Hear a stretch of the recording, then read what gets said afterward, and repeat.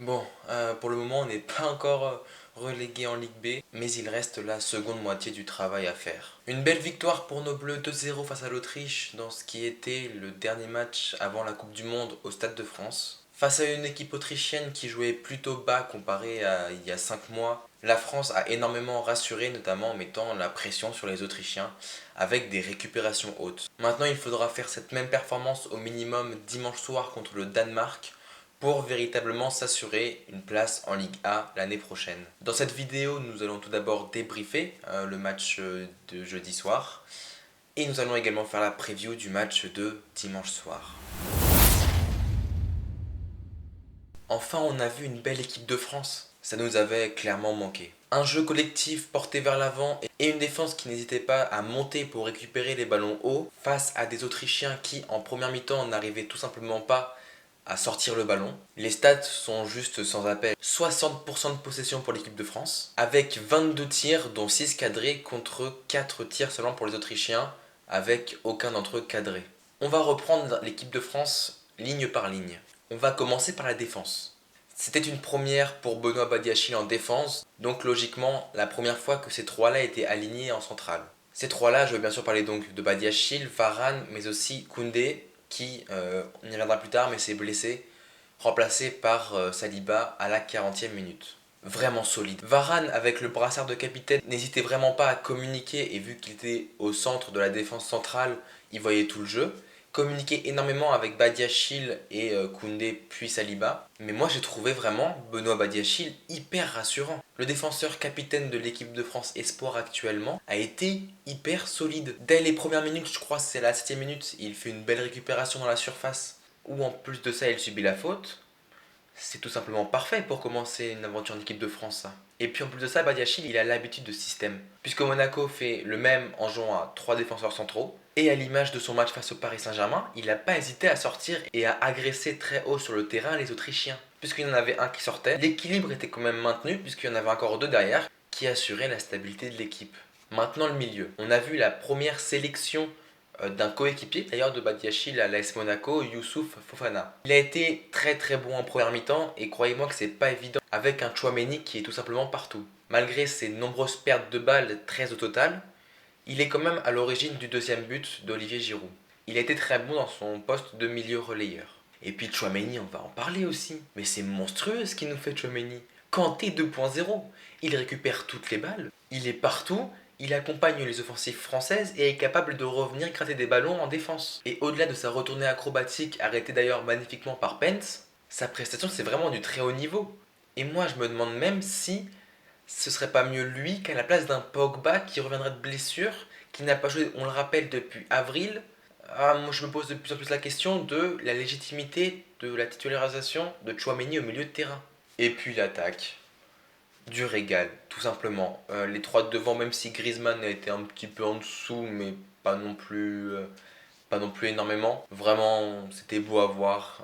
La communication, Giroud, Mbappé, trois quatre fois ils se sont trouvés en 1-2. Même Mbappé a été très élogieux à la fin du match en disant que Giroud était clairement un atout aujourd'hui de cette équipe de France. Et puis c'est Giroud hein, qui fait la passe décisive, enfin qui lance Mbappé sur le premier but de l'équipe de France. D'ailleurs Mbappé il se débrouille tout seul. Hein. Il élimine 3 Autrichiens, il marque alors qu'il y a 5 Autrichiens contre lui dans la surface. C'est magnifique. Le gardien qui anticipe forcément le tir croisé et qui se fait prendre à contre-pied par Kylian Mbappé. Bah, il n'y a rien à dire en fait. Mais cette attaque elle était très particulière quand même, hein, puisque si on regarde bien, Giroud était en pointe, Griezmann très libre un petit peu en numéro 10, et Mbappé à gauche, ce qui fait qu'il n'y avait littéralement personne à droite lorsque Jonathan Klaus faisait ses montées. Il s'est peut-être retrouvé un petit peu trop seul souvent, contraint de centrer, mais ouais, un petit peu compliqué quand il n'y a que Giroud aussi. Mais vraiment, cette attaque, elle me plaît vraiment. Je pense que ça convient également au profil de Benzema finalement, puisque j'ai trouvé aussi que Giroud décrochait un petit peu aussi, n'hésitait pas à proposer quand il n'y avait pas de solution à la manière d'un Benzema, tout simplement. Il est plus mobile qu'avant, je trouve, Giroud. Et vraiment, pour l'équipe de France actuelle, avec un Mbappé qui monopolise les ballons en attaque, c'est vraiment un point fort. Bon, il y a quand même un point noir malgré ce bon match, c'est les blessures à répétition. Quand on a vu Koundé à la 40e minute s'asseoir sur la pelouse du Stade de France, on a compris très rapidement que c'était une blessure, en l'occurrence musculaire. Je crois que c'est la cuisse ou quelque chose comme ça. C'est trop en fait, ça s'ajoute en plus de ça. Avec Maignan blessé au mollet qui sort à la mi-temps remplacé par Areola. La liste elle commence à être très très longue quand même. Mais si on arrive même avec une équipe comme ça à faire des très bons matchs, vraiment c'est qu'il y a vraiment un énorme potentiel. Et de toute façon on sait que l'équipe de France a de quoi aligner 3 équipes A presque sur le terrain. On a appris vendredi matin que Mandanda, dans la nécessité d'avoir 3 gardiens, revenait en équipe de France et que Koundé ne serait à lui pas remplacé pour dimanche. Maintenant, on va passer à la preview du match de dimanche. Je vous mets ici le classement de la Ligue A de la Ligue des Nations pour vous montrer que on a clairement notre destin entre les mains. Mais le Danemark ont quelque chose à jouer, puisqu'on rappelle que le premier est qualifié pour les demi-finales de la Ligue des Nations. Le Danemark avait une balle de match jeudi soir également pour y accéder s'il gagnait contre la Croatie. Cela n'a pas été le cas malheureusement pour eux, avec une défaite 2-1 dans un match, de ce que j'ai pu lire, compliqué notamment en deuxième mi-temps pour les Danois, avec un Martin Braithwaite trop seul dans un 5-4-1, avec en plus Cornelius comme blessé qui avait été 2 fois buteur face à l'équipe de France en avril. La rentrée après l'heure de jeu de Kasper Dolberg n'a visiblement pas changé les choses. Donc si le Danemark veut passer en demi-finale de cette Ligue des Nations, doivent impérativement gagner contre nous et que la Croatie perde contre l'Autriche. Ce qui ferait un scénario catastrophe pour l'équipe de France qui se retrouverait alors reléguée en Ligue B. Niveau tactique, pour nous on devrait retrouver à peu près le même dispositif, toujours dans un 5-2-3. L'attaque devrait rester inchangée.